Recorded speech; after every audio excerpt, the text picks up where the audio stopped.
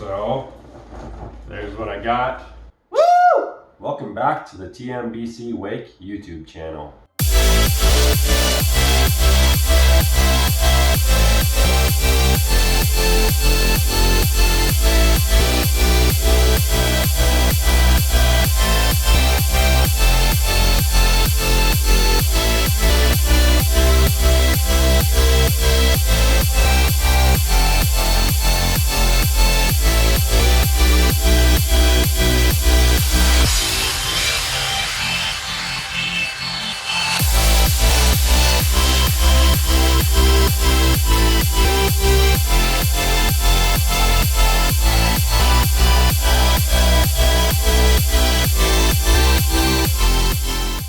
If you haven't entered the surfboard giveaway yet, make sure to get over to that video and get yourself entered. I'll put a link right above me, I'll put a link in the description below, and I'll put a link at the end of this video. All right, I got a new package.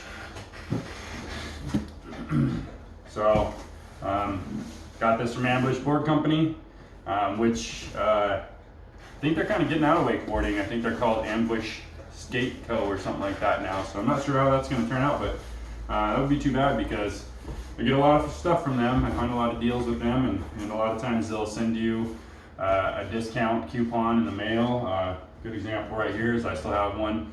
I'm not going to show you the back because it'll give you the code, but I still have one from the last time I bought something from them. I actually caught a pretty good deal where it was like 20% off of everything Wake, and I decided to buy myself a new pair of boots. Like some of you may already know, from previous videos, I usually get a new wakeboard every other year and new boots every other year, and I kind of have those offset. So I got a new wakeboard last year. This year it's time to get new boots, and I typically will buy those items right when the next year's model comes out. So I'll either buy, for example, the boots I have in here are 2019s. And the 2020 models just came out, so they just got marked down. But sometimes I'll even go back to 2 years ago. So maybe I would have bought 2018 models depending on whether or not I liked them. That's how I get some deals. Would be nice if I was sponsored. I wouldn't have to worry about that, but not good enough for that, at least not yet. So you can see I bought a pair of Ronix boots. Which ones I got. I'll actually just take this one out of the box here. So,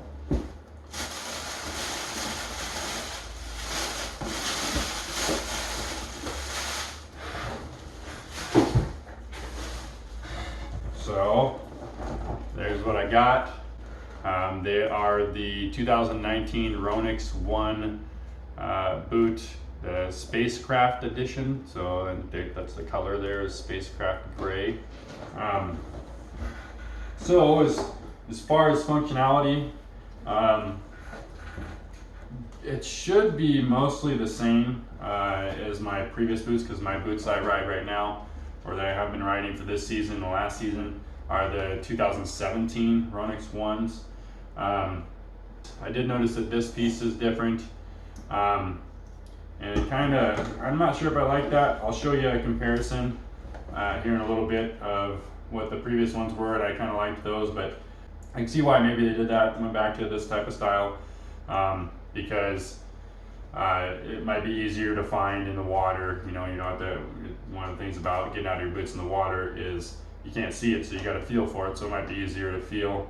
But they had a design like this previously, and it used to kind of nick the lines, and this has got like an outer coating on it, and then there's an inner line in it, and it would make that inner lining, or the inner line, kind of puff out and make it catch in this thing. So not sure if I like that, but we'll see how that goes. I have the stuff that I could switch it out with if I really wanted to, so chances are I'll see how it goes, and if it does just fine, I won't mess with it. Otherwise, the overall boot mostly looks the same, just different colors and a different kind of panel scheme. It's got the brain frame technology where there's an inner frame and that's what holds your foot. So when you tighten this, it actually brings a frame together, which I've always liked about Ronix. The Ronix, to me, compared to other boots I've worn and had a little bit of experience with, they are the most comfortable and for me do the best job of basically getting the response that I want. There are other brands out there that I think would be pretty good too. I think Hyperlite would be good as long as you don't get the ones with bindings. I kind of equate that to, and what I mean by bindings is having a boot separate than bindings. I would kind of equate that to snowboard boots and bindings. And in my experience with snowboard boots and bindings, the bindings tend to kind of have pinch points. So I like this setup better where the base is connected to the boot. In fact, if they had this type of option for a snowboard, I'd probably do it because I like the way it feels better. I think Liquid Force, I actually have a set of Liquid Force bindings and they're a pro model. They're just not my size. And from what I can tell by feeling them, and I have kind of stuck my foot in them, they're just a size smaller. I think they'd be pretty good too. I just haven't had a set in my size that I've worn for a while. There are a couple other brands out there that would probably be good too, but just kind of sharing with you my experience with them. I've been pretty happy with the one boot for a while, so I kind of keep on getting this boot. What I've found is that what I've found in life is that once you find something that works well, you stick with it. Probably the only thing that would change my mind on that is if they stopped having the one collection, or if for some reason somebody wanted to offer me a sponsor and I got boots for a way better deal or for free. That might change my mind. But as of right now, this is my boot. So I'm going to show you some comparisons between last year's boot and this year's boot on these. It also came with new hardware, so I'll use those to mount it to the board.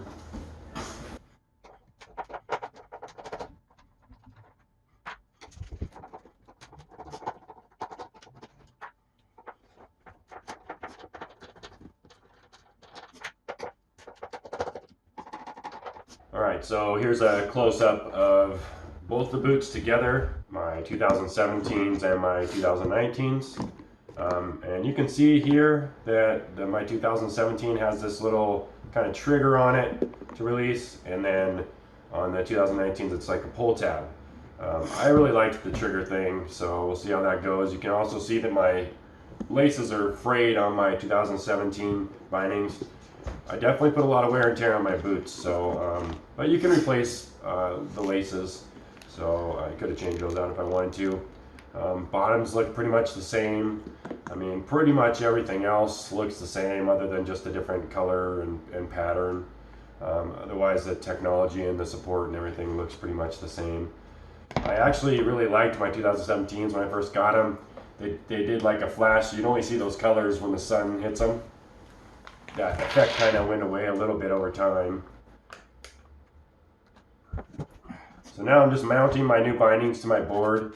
You know, I wear mine at 12 degrees and I have a pretty wide stance. It's not as wide as it can go, but it's pretty wide. These boots have a heat moldable shell, and I actually do heat mold them. Don't do it the typical way. I don't go put them in an oven and then put them on. I actually mount them to my board and then use a blow dryer, heat them up, and then I stand in it because I want it to be just the way I stand on the board. And I have a bigger screwdriver I'll tighten these up with later on. The screwdriver I have doesn't have the exact right head on it. You want to make sure they're nice and snug.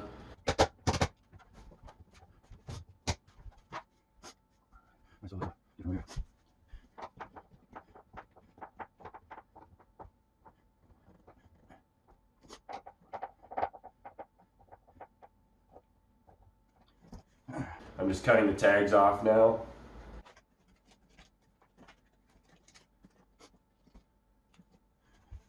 Alright, so those are my new boots. If you care to know more about my board and why I choose my board, I'll put a link right above me right here to my last year's video when I got that board. Also, if you would like to see a video on how I do the heat molding for my boots, I can definitely make one of those. Just leave a comment below and tell me that you would like to see that, and then I'll know that it's a video worth making. So that's all I have for this week's video. Thank you for watching. If you enjoyed it, please give it a thumbs up.